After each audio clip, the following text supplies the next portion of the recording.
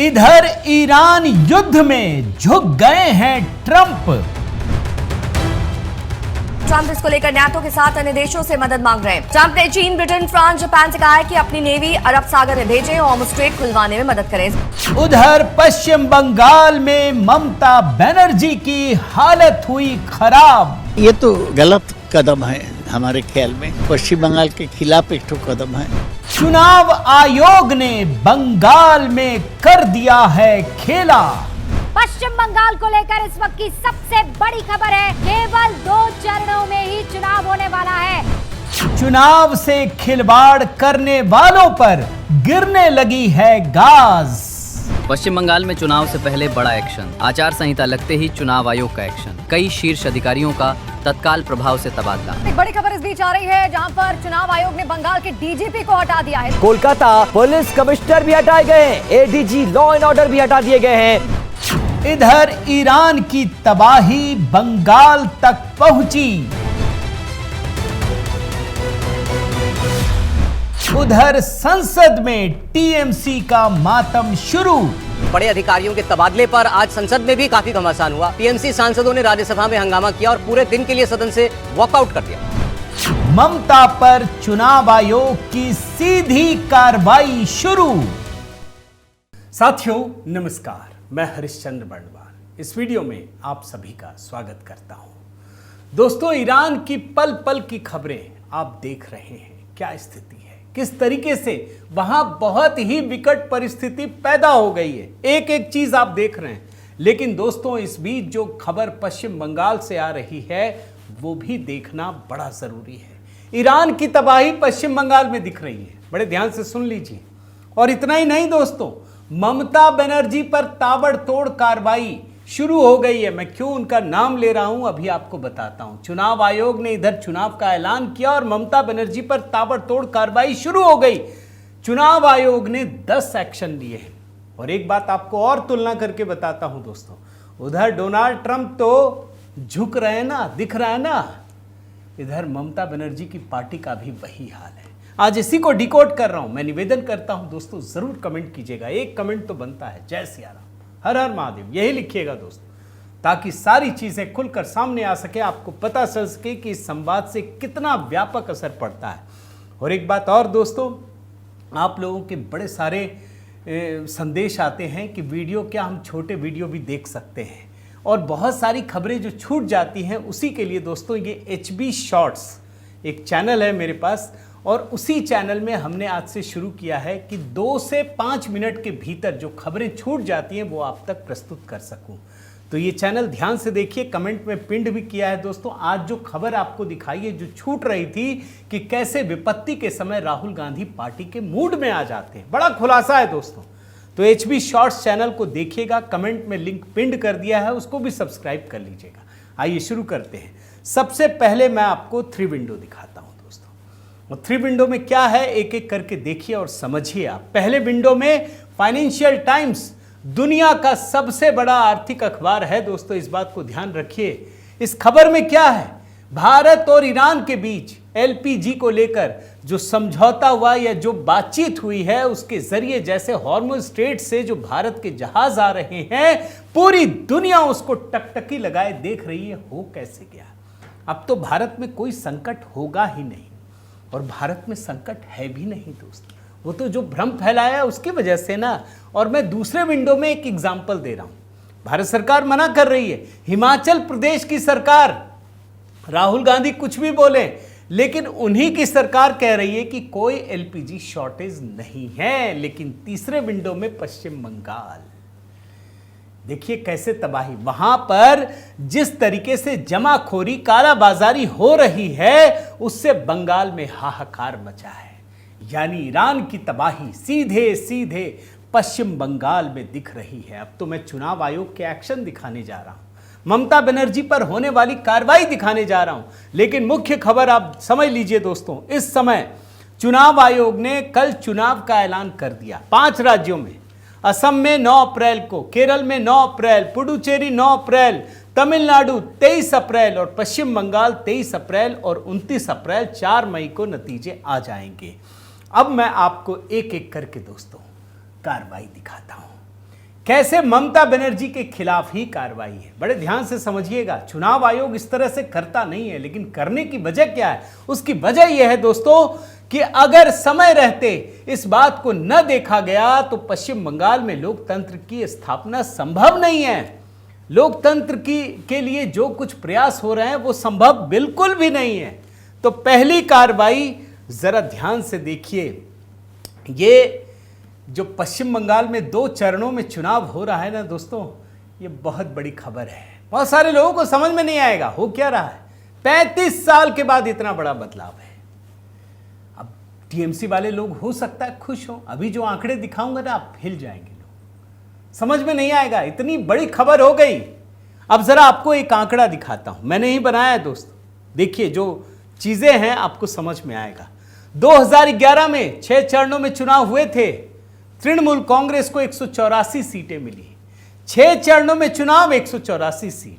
अगले विधानसभा में आइए 2016, 7 चरणों में चुनाव हुए, टीएमसी की सीटें बढ़कर 211 हो गई। फिर अगला चुनाव हुआ 2021 में, इस बार चरणों की संख्या बढ़कर 8 हो गई और इनकी सीटें बढ़कर 213 हो गई। रिकॉर्ड। जैसे जैसे चुनाव के फेज बढ़ रहे हैं वैसे वैसे टीएमसी की सीटें बढ़ रही हैं। इस बार घटाकर 2 कर दिया गया, खत्म। इस बार चुनाव आयोग ने चरणों की संख्या चुनाव कराने की सिर्फ 2 कर दी। टीएमसी की सीटें घट जाएंगी, रिकॉर्ड तरीके से घटेंगे, आप देख लीजिएगा। ये सारे रिकॉर्ड टूट जाएंगे और भारतीय जनता पार्टी के लिए इस बार समय है, इस बात को ध्यान रखिए। इस बार का मामला बिल्कुल अलग है दोस्तों। इस बार तो ऐसी चीज होगी कोई सोच नहीं सकता। भाई 2014 में भाजपा ने चौंकाया, 2014 के बाद जो चुनाव हुए 16 में उसमें टीएमसी ने चौंकाया, फिर 2019 में भाजपा ने चौंकाया, फिर 2021 में टीएमसी ने चौंकाया, लेकिन 2024 में भाजपा ने नहीं चौंकाया, टीएमसी ने ही चौंकाया और 2026 में अब भाजपा की बारी है। ये पहली कार्रवाई। दूसरी कार्रवाई 60 लाख वोटर।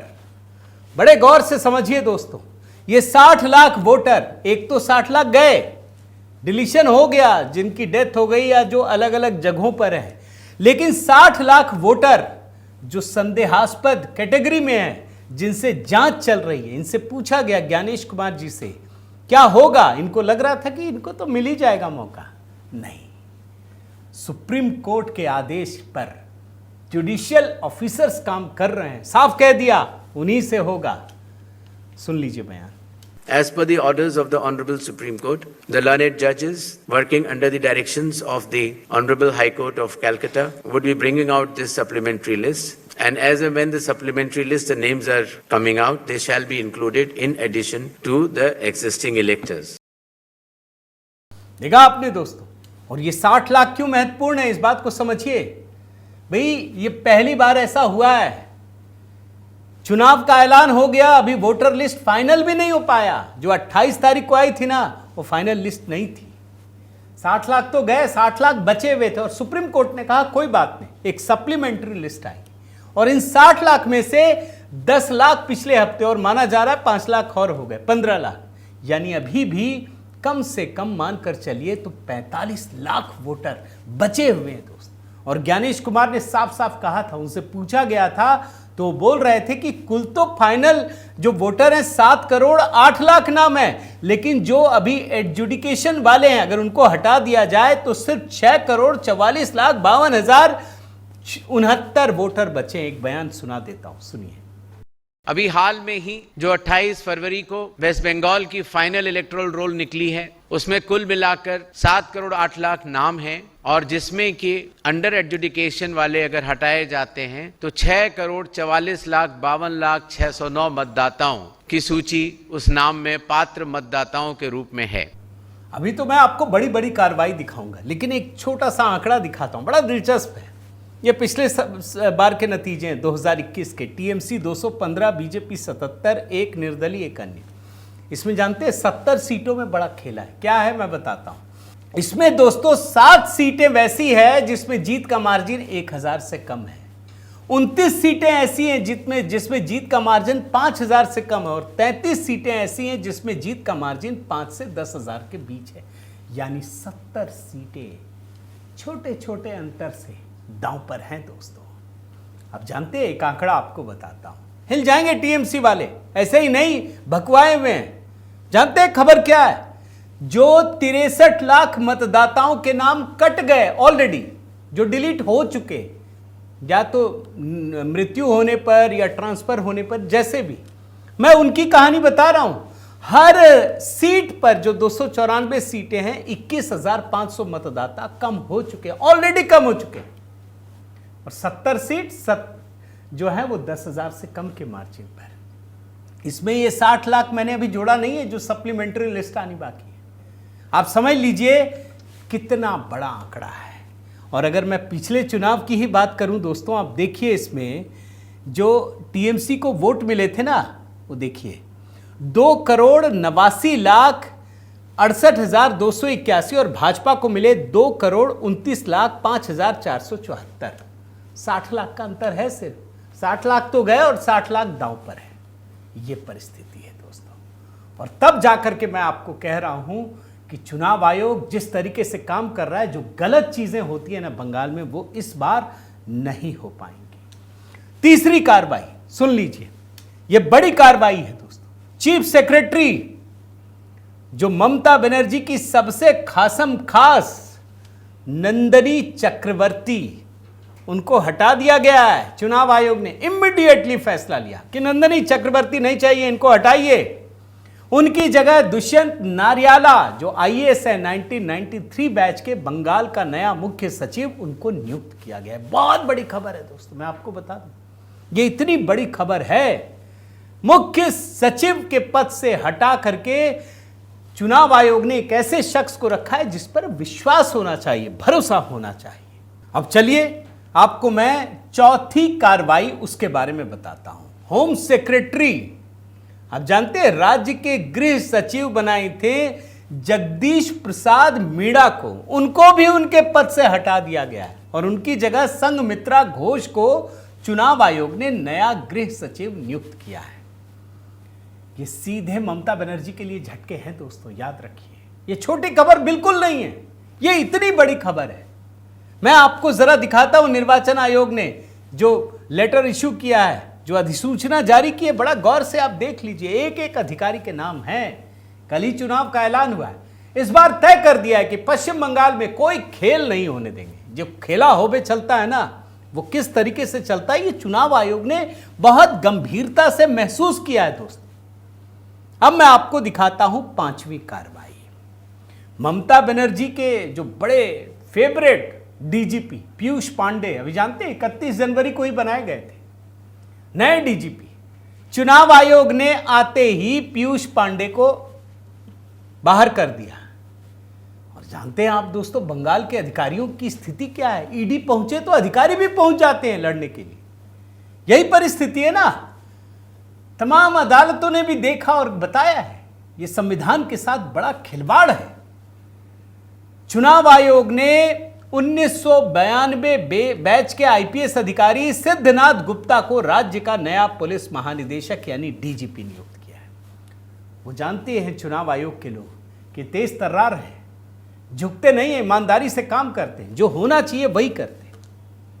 तो ये पांचवी कार्रवाई। छठी कार्रवाई, कोलकाता का पुलिस कमिश्नर। अब देखिए चुनाव आयोग लगता है बड़े नजरें इसकी बड़ी पैनी है। चुनाव आयोग के लोग और खास करके ज्ञानेश कुमार, मैं बार बार कहता हूं दोस्तों, ज्ञानेश कुमार ने क्या शानदार काम किया है, दाद देनी चाहिए।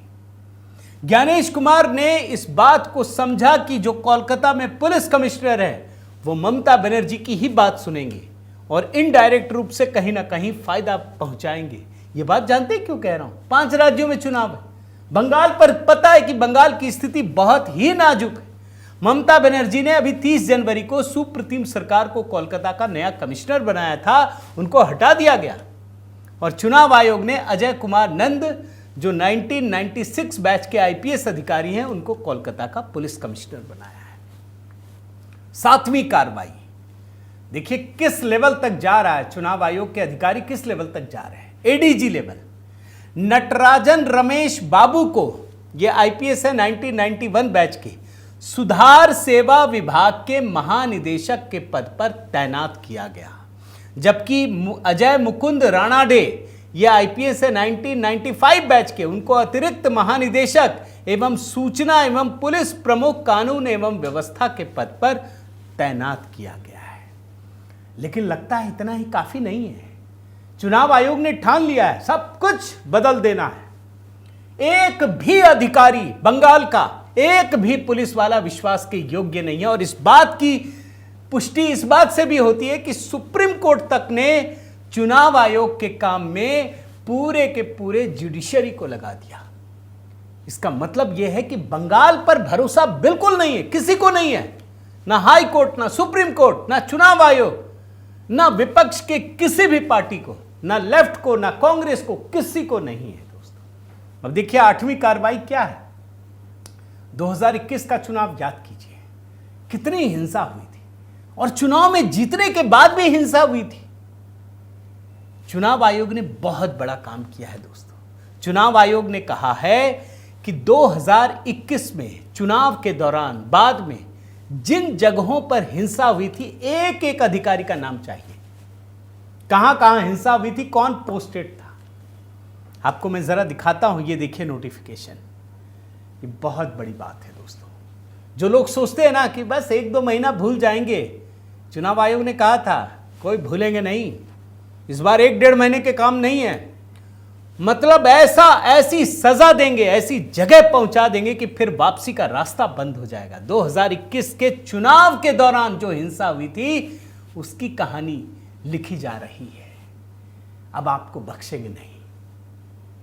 एक और फैसला दिखाता हूं, 9वां फैसला, 9वीं कार्रवाई। सिर्फ 2021 नहीं, 2024 उस समय भी हिंसा हुई थी। इस बार चुनाव आयोग ने ठान लिया है दोस्तों, हिंसा नहीं होने देंगे किसी भी परिस्थिति में। हिंसा अगर होगी तो कार्रवाई होगी, हिंसा को बर्दाश्त नहीं किया जाएगा।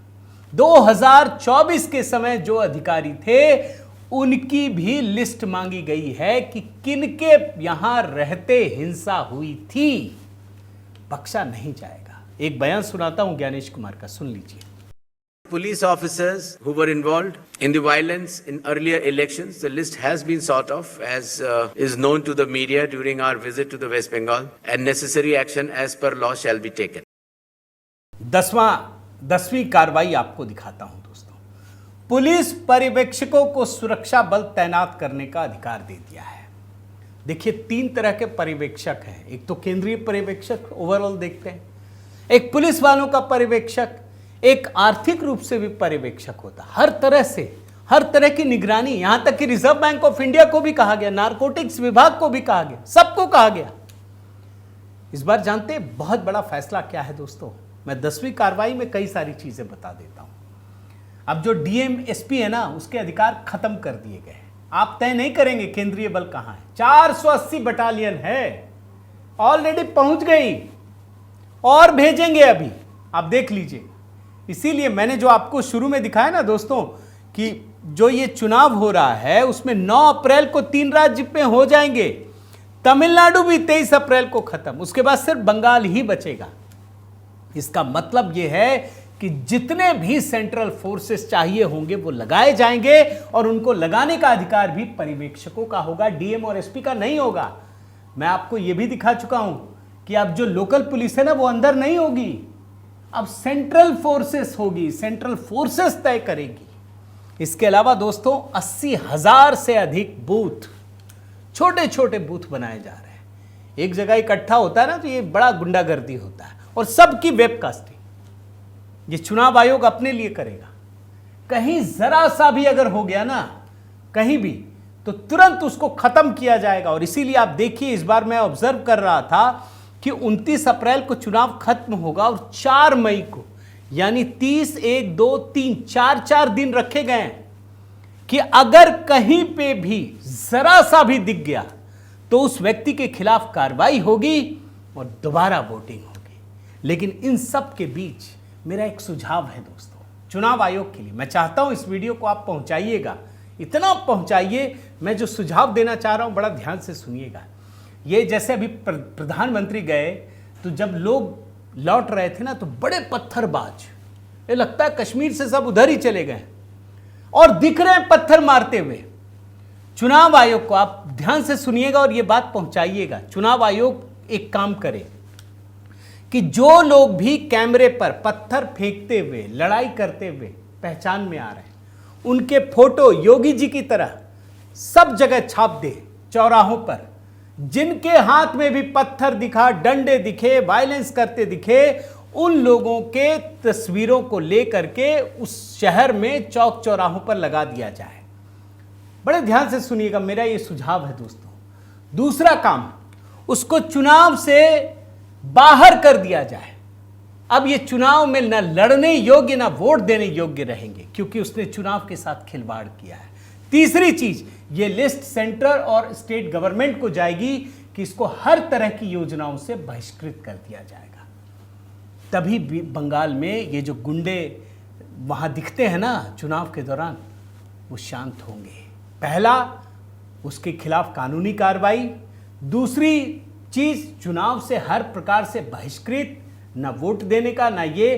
तीसरा, स्टेट में जो भी योजनाएं उसका लाभ नहीं मिलेगा। चौथा, सेंटर लिस्ट से भी बाहर कर दिए जाएंगे। एक बार करके चुनाव आयोग देख ले, बंगाल का एक एक आदमी घर में रहेगा, सिर्फ चुनाव देगा और लोकतंत्र की पूजा भी करेगा, महिमा भी करेगा।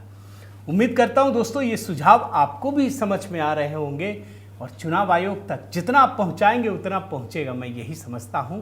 कमेंट ज़रूर कीजिएगा। अगर आपको मेरे सुझाव पसंद आ रहे हैं तो लाइक कीजिए, शेयर कीजिए, सब्सक्राइब कीजिए। अगर आपने चैनल सब्सक्राइब नहीं किया है दोस्तों, देखिए आपने थोड़ा सा सहयोग किया।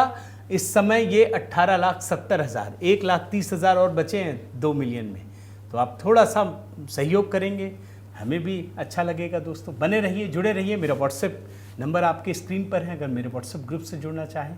बहुत बहुत धन्यवाद। जय सिया राम।